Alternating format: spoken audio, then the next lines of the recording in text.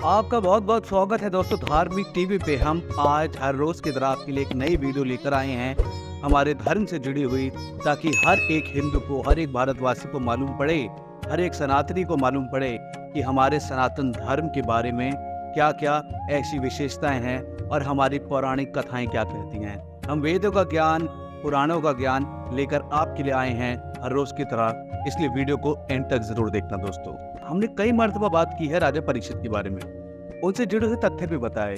आज की कड़ी में हम जानेंगे कि महाराज परीक्षित की मृत्यु कैसे हुई। महाराज परीक्षित की एक गलती के कारण ही कलयुग का आरंभ हुआ। कलयुग के आगमन और उसकी आयु बढ़ने के साथ साथ हर एक प्राणी का और पशु का पतन भी आरंभ हुआ और कलयुग के अंत में पतन अपनी चरम सीमा पर होगा, जिस कारण मनुष्य एक जानवर की भांति हो जाएगा। ये तो आप जानते ही हैं कि महाराज परीक्षित ने भागवत पुराण सुखदेव गोस्वामी जी से सुना था। भागवत पुराण जो सभी पुराणों का निचोड़ है और जो भगवान श्री हरि की सभी लीलाओं को वर्णन करता है, उसको सुनने के बाद परीक्षित महाराज को संपूर्ण आत्मज्ञान मिला और ब्रह्म ज्ञान भी प्राप्त हुआ।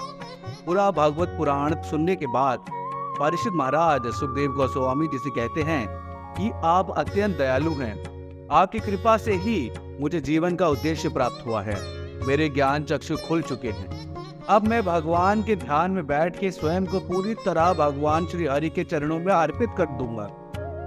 मेरी गहन इच्छा है कि अब मैं भगवान के ध्यान में लीन रहकर ही अपनी देह त्यागूं। आप मुझे आज्ञा दे प्रभु। तभी परीक्षित महाराज समेत सभी साधुओं ने सुखदेव गोस्वामी जी की आराधना की और गोस्वामी जी वहां से प्रस्थान कर बैठे।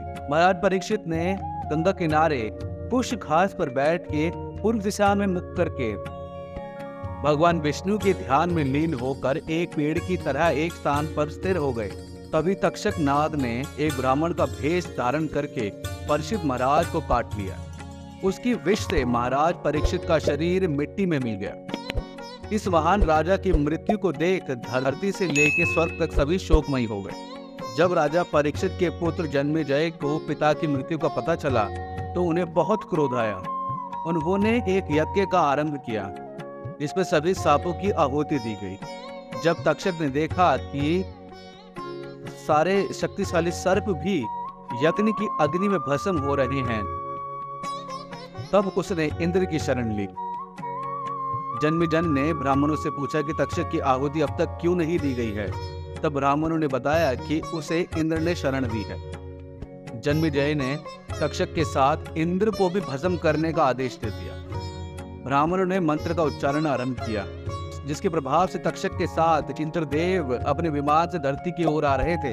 जब बृहस्पति ने देखा कि मंत्रों की शक्ति से इंद्रदेव भस्म हो सकते हैं, तब बृहस्पति ने जन्मेजय को समझाया कि इस धरती पर प्रत्येक व्यक्ति की मृत्यु उसके पिछले कर्मों के अनुसार होती है।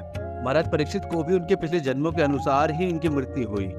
इसीलिए हे राजन, इस यज्ञ में जो कि दूसरों को क्षति पहुंचाने की इच्छा से आरंभ किया है, इनमें अनेक सर्प भस्म हो चुके हैं, कृपा करके इसे रोक दीजिए।